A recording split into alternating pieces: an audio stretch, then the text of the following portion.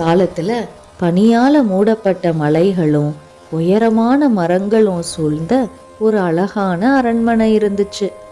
அந்த அரண்மனையில ஒரு நல்ல மனசு உள்ள ராணி வாழ்ந்து வந்தாங்களாம். அந்த ராணி ஒரு நாள் அரண்மனையில உள்ள ஒரு ஜன்னலுக்கு பக்கத்துல உட்கார்ந்து ஒரு துணிய தைச்சுக்கிட்டு இருந்தாங்க. வெளியில மெதுவா பனி பேஞ்சுக்கிட்டே இருந்துச்சு. அப்ப அவங்க விரல்ல தெரியாம அந்த ஊசி பட்டு ரத்தம் வர ஆரம்பிச்சிருச்சு.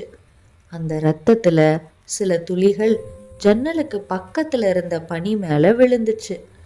உடனே அந்த ராணி எந்திரிச்சு மெதுவா மனசுக்குள்ள ப்ரே பண்ணாங்க.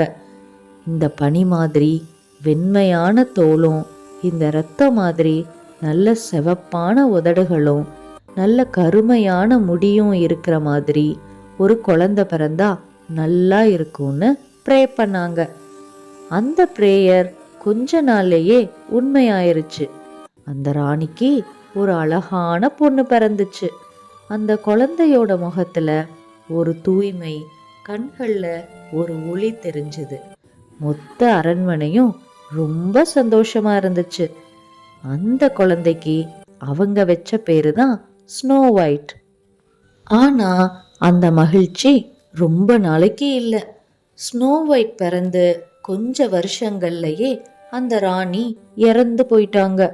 கொஞ்ச வருஷம் கழிச்சு அந்த ராஜா இன்னொரு கல்யாணம் பண்ணிக்கிட்டாரு. ஒரு புது ராணிய அரண்மனைக்கு கூட்டிட்டு வந்தாரு. அந்த ராணி வெளியில பார்க்க அழகா தெரிஞ்சாலும் அவளோட மனசு ரொம்ப பொறாமையால நிரம்பி இருந்துச்சு. அந்த புது ராணி கிட்ட ஒரு அதிசயமான மந்திர கண்ணாடி ஒன்று இருந்துச்சு. அது எப்பவுமே பொய் சொல்லாது, உண்மையை மட்டும்தான் சொல்லும்.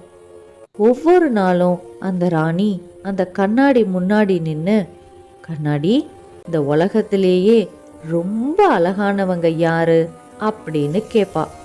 அதுக்கு அந்த கண்ணாடி, நீங்க தான் ராணி அப்படின்னு பதில் சொல்லும். அதை கேட்ட உடனே அந்த ராணி ரொம்ப சந்தோஷப்படுவா. நாம தான் இந்த உலகத்திலேயே அழகுங்கிற கர்வம் அந்த ராணிக்கு அதிகமாயிக்கிட்டே போச்சு. ஆனா ஸ்னோ ஒயிட் வளர வளர அவளோட அழகு ஒரு பூ மாதிரி மலர்ந்துச்சு. தோட்டத்துல உள்ள பறவைகள் கிட்ட பேசினா, சுத்தி உள்ள மிருகங்கள் எல்லாம் நேசிச்சா, செடிகளுக்கு தண்ணி ஊத்தி நல்லா பார்த்துக்கிட்டா. ஸ்னோ ஒயிட்டோட அழகு மட்டும் இல்லாம அவளோட நல்ல மனசும் எல்லாருக்கும் பிடிச்சுது. ஒரு நாள் அந்த ராணி மந்திர கண்ணாடி கிட்ட திரும்பவும் இந்த உலகத்திலேயே ரொம்ப அழகு யாருன்னு கேட்டதும் அந்த கண்ணாடி, இந்த உலகத்தோட அழகி ஸ்னோ ஒயிட்டு தான்னு சொல்லிடுச்சு. அதை கேட்ட உடனே ராணியோட முகம் கோவத்துல செவக்க ஆரம்பிச்சது. ஸ்னோ ஒயிட்டை நினைச்சு ரொம்ப பொறாமப்பட்டா.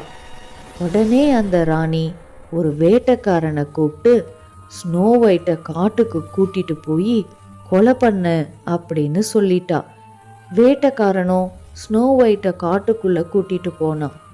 ஆனா ஸ்னோ ஒயிட்டோட அப்பாவி முகத்தை பார்த்ததும் வேட்டைக்காரனோட மனசு மாறிடுச்சு. ஸ்னோ ஒயிட் கிட்ட, நீ எங்கேயாவது ஓடிரு, திரும்பி அரண்மனைக்கு மட்டும் வந்துடாத அப்படின்னு சொல்லி அந்த வேட்டைக்காரன் சொன்னதும் பயந்துக்கிட்டே ஸ்னோ ஒயிட் காட்டுக்குள்ள ஓடுனான்.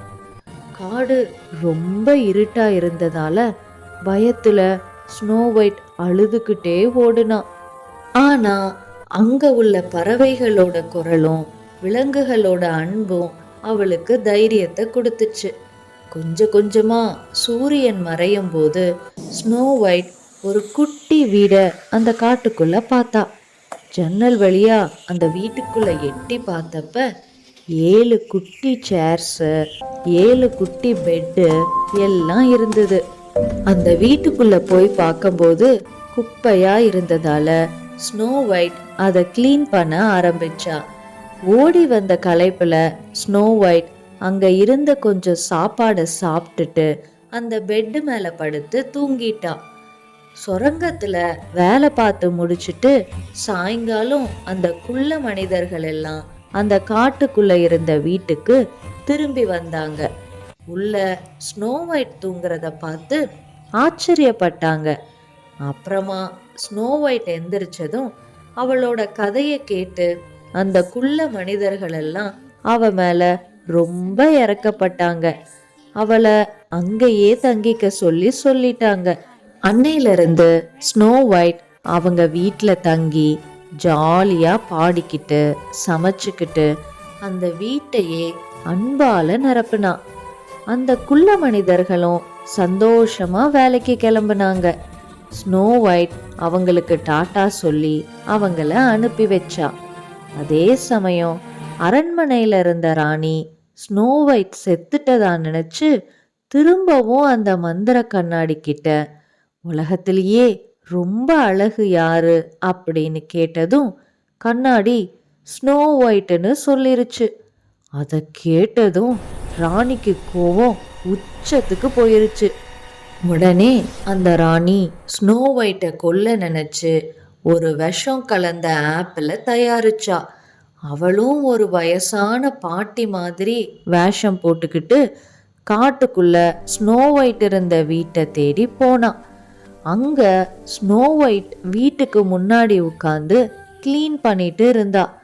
அவகிட்ட அந்த விஷ ஆப்பிளை கொண்டு வந்து கொடுத்தா அந்த ராணி. அதை சாப்பிட்டதும் ஸ்னோ ஒயிட் அப்படியே மயங்கி கீழே விழுந்துட்டா. வேலையில இருந்து வீட்டுக்கு திரும்பி வந்த குள்ள மனிதர்கள்லாம் ஸ்னோ ஒயிட் கீழே விழுந்து இறந்து கிடந்ததை பார்த்து ரொம்ப ஷாக் ஆயிட்டாங்க. ஸ்னோ ஒயிட்டோட உடம்ப மண்ணில் புதைக்கிறதுக்கு அவங்களுக்கு மனசே வரல. அதனால ஒரு கண்ணாடி பெட்டி வாங்கி அவளோட உடம்ப அதில் படுக்க வச்சாங்க. அங்க இருந்த மிருகங்கள்லாம் ஸ்னோ ஒயிட்டை சுத்தி வந்து நின்று அழுதுகிட்டே இருந்துச்சான். அன்னைக்கு நைட்டு வானத்துல இருந்து சில ஒளிக்கீற்றுகள்லாம் வந்து ஸ்னோ ஒயிட் மேல விழுந்துச்சு.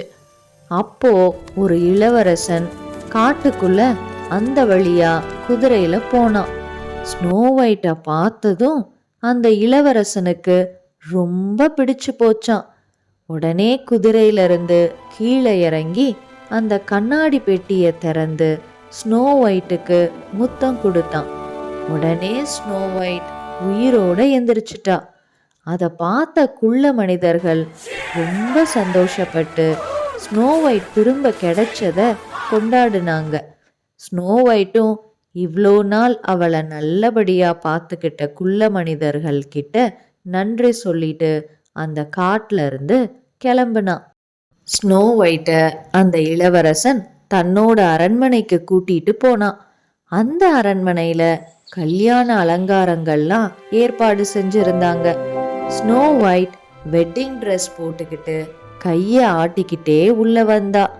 அவங்களுக்கு கல்யாணம் நடந்துச்சு. அந்த கல்யாணத்தை அந்த ஊரே கொண்டாடுச்சு. அப்போ அந்த கெட்ட எண்ணம் உள்ள ராணி மந்திர கண்ணாடி கிட்ட திரும்பவும் யாரு அழகுன்னு கேட்டா. அந்த கண்ணாடி நீ எப்பவுமே அழகு இல்லை அப்படின்னு சொல்லிட்டு உடஞ்சு போயிருச்சு. கல்யாணம் ஆகி கொஞ்ச நாள் கழிச்சு ஸ்னோ ஒயிட் அந்த குள்ள மனிதர்களை போய் பார்த்தா. அவங்களும் ஸ்னோ ஒயிட்டை பார்த்ததும் ரொம்ப சந்தோஷப்பட்டு அவளை கட்டி பிடிச்சுக்கிட்டாங்க. திரும்பி அரண்மனைக்கு வந்த ஸ்னோ ஒயிட் அந்த இளவரசனோட சந்தோஷமா வாழ்ந்து வந்தா. குட்டீஸ், இந்த ஸ்னோ ஒயிட் கதை உங்களுக்கு பிடிச்சிருந்ததா? இந்த கதை எப்படி இருந்ததுங்கிறதையும் அடுத்து உங்களுக்கு என்ன கதை வேணுங்கிறதையும் கமெண்ட்ல சொல்லுங்க. உங்களுக்காக அந்த கதைகளை போடலாம். அடுத்த கதையில பார்க்குற வரைக்கும் see you குட்டீஸ்.